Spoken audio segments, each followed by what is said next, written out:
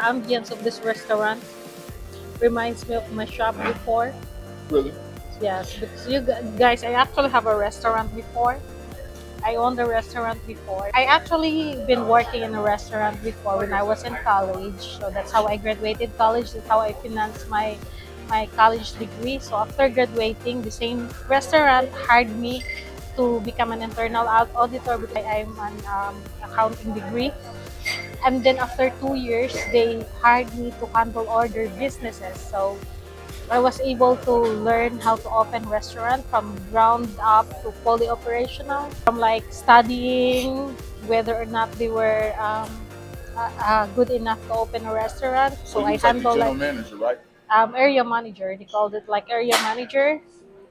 So they actually sent me to my second master was actually funded by that company because I need to be a corporate master's in corporate management. So that's where I get my second master's. But I was working there where I manage all their branches. We have like 10 shakies, 5 coffee bean and tea leaf. We have lemon paper. We have like different kind of restaurant brands. So I So managed them for 10 years. So after 10 years, I decided to open my own restaurant because when you were younger, you like this feeling to be your own boss. So after I feel like I'm already equipped with all the knowledge and skills that I needed. So I opened this restaurant. I actually went to culinary school for 6 months prior to opening my restaurant. So I have like a basic culinary learning, which I concentrate on baking and cafe type of food. So the concept of my restaurant is like this, like it's a restaurant cafe kind of thing. I have a second floor which is like what we call this function room. So my restaurant concept is like the ground floor was a restaurant, second floor is a function room. But what happened, guys, is after 1 month of operating, I noticed that they're like my customers. They just order like 1 cup of coffee, and they sat down there for 8 hours. Like they occupy the table for 8 hours and just like ordered coffee, and I was like, I'm going to get bankrupt in a month with this kind of like operation. So what I did is I walk around my area because I don't want to get bankrupt. I was so scared to get bankrupt because all of the money that I have served working for so many years, I put into that restaurant. So what I did is I do my environmental analysis. So I know that there's like lots of offices around me. That's my restaurant concept in the beginning, so that people can come for like function, something like that. But what I really didn't think is the lots of the footwork that I have around my restaurant was actually universities, review centers. So around my restaurant, few miles away, few walks away, the large footprint is actually large universities like the one who do doctors, who take doctors to become a lawyers. Those kind of like people, they want to go to something like quiet to read. That's why they stay at my shop for like 8 hours just to like order one glass of coffee or maybe a meal and stay there for like 8 hours. So right then and then, after I did my environmental analysis, I changed the concept of my restaurant.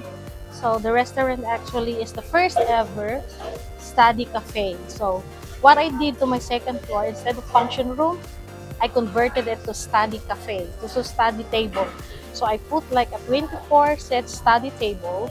So anyone that will came to my restaurant to study, they have to either rent a table for like weekly, hourly, depending on their study needs, weekly, monthly, daily, hourly. I have kind of like rates like that. So they have to rent they can only go to the restaurant itself if they want to eat. So instead of function room, I have a study tables where like it's like a cubicle where they can sit down, study, get concentrate. And I have 24 seats where people really like so renting. so they rent the booths. So Like it's like a booth, like there's a table and like a light, a bookcase, so that you can read your book, and then like a chair. And so some people rent it hourly when they have like exams, some like weekly, some like monthly when they are having their board exams, when they become like. So over the year, over the months, after I change the concept right away, renovate right away, I see a boom in the restaurant. Like I all kind of sort of people coming into my restaurant, and it's become a hub of the students. So student came in there, hey, we're here in CCC. They meet up, they study.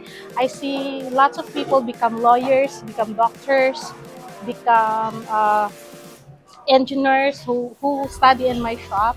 Then you even add stuff like, so remember you were talking about how you added you said there's a lots of people like in the Philippines who they couldn't have mail delivered because the mail Yeah, system in the so Philippines is completely different. Like it's kind of yeah, like so that was the second phase of how I revived the concept of the restaurant. So that restaurant became the first ever study cafe restaurant. So and then as I go operation, the business become boom. People came around. In the Philippines, it's so hard to find your like address because there are lots of slums. Sometimes there are lots of like lost mail. So some people came into my shop to do like freelance. There's lots of freelance worker in the Philippines where they work in a company outside the country. They sometimes they have other client. They came in there, like let's say they do work in real estate. They bring client in my shop, and since they don't have really a good address, so they asked me if they could use my shop as their address so that they could get the mail. So what I did is for them to, I need to capitalize that. So I have this like locker room where they can rent one at a door of like a locker room, and I will just drop there the mail if they get. So it's also like the concept become like a study co-working space cafe. So it was the first ever because I was so scared to get bankrupt. So it was the first ever type of cafe, type of restaurant that was ever opened with that concept. So after a few months of operation, the business was booming. I got a lot of visitors. This businessman, Chinese, all types of businessmen came into my shop and asked the concept was all about. And they copied it and opened few meters away around the shop. And in few months, there were lots of that type of concept all over the town. So guys, in few months, there was like few meters away, I see all of this construction. Like soon to open like cafe, and the concept was exactly the same as I am. And I see the guy who wants like inquire about my shop, about like how can I rent a study center. I was like, I'm a doctor, something like that, but he was actually a businessman. He just want to copy my concept. So that's when I decided to sell the shop. After 1 year, I sell it when it was so booming. I sell it because I know I couldn't have anything I could fight for this businessman that opened few meters so away from where I so what they I did is they basically they scouted you out mhm, and then they really like opened up the same concept but think poured more money into it, right? yeah. They poured a lot of money. So they copy the concept but make it more upscale. Like the chairs was more upscale, but no, I'm just like a single proprietor. I don't have any help. I have like a few employees that help with me around the shop, but I don't have that much capital to upgrade my furniture or something like that. So I know that I'm going to it's going to affect my business. So before they even open, I sold my shop in a very good price. So I was able to sell it. It was a good decision though because after that, pandemic happened and that was end of it. So good thing that I was able to sell the shop before all that pandemic and all of that, or I'll be really bankrupt. But I was able to sell it good, and I'm proud to say I was the first ever person to that concept. It was like a restaurant, study, cafe. So sometimes when you do business, sometimes it might not be the first concept you get, but you have to adapt your environment. You have to adapt what's the need of your environment. You cannot be stubborn like, no, this is what I this is my original idea, this is what I want in my cafe.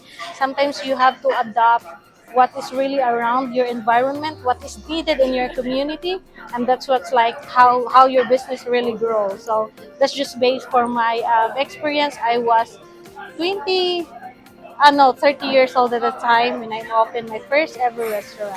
What I take from that is when you're doing business, there's a couple of things that you always got to take into consideration. Don't overextend yourself. Don't get to a point where you think that you're supposed to have exponential growth. Sometimes you just do one thing, get good at that one thing, master that one thing, and don't overextend yourself. There's a place called Stephen and Larry's where they used to have everything for $10. Stephen and Larry used to be crazy because people go, and there was like one location. I don't know if we got a wide variety of people, but let us know in the comments if you want to see it there. Everything was $9.99. Because the shoes, it was really affordable. What really hurt them is they opened these stores everywhere, and Stephen Garrett was huge. Like they had these massive stores, and eventually that caused them to overextend themselves. So in the case when Rosie told me that story, I was like, man, I think she really has like good business mindset because A, she knew the timetable and understood, okay, I'm paying all of this overhead and payroll and I don't have that much money so I gotta figure out, I gotta tweak my system. So then she found out a way to bring something to the marketplace that was local, that fit a need. See, and sometimes you will have a business idea that don't fit a need, and that's just a hobby. like you could have a business model, but that don't really fit a need anywhere you at. So also with that, I thought it was really a good. I knew she'd be a good business mind was she knew when to hold them and knew when to fold them. She saw, hey, I had this great concept. I can't outbid the rest of these people with big purse strings, right? They open up two doors next to me. They got better equipment, more payroll.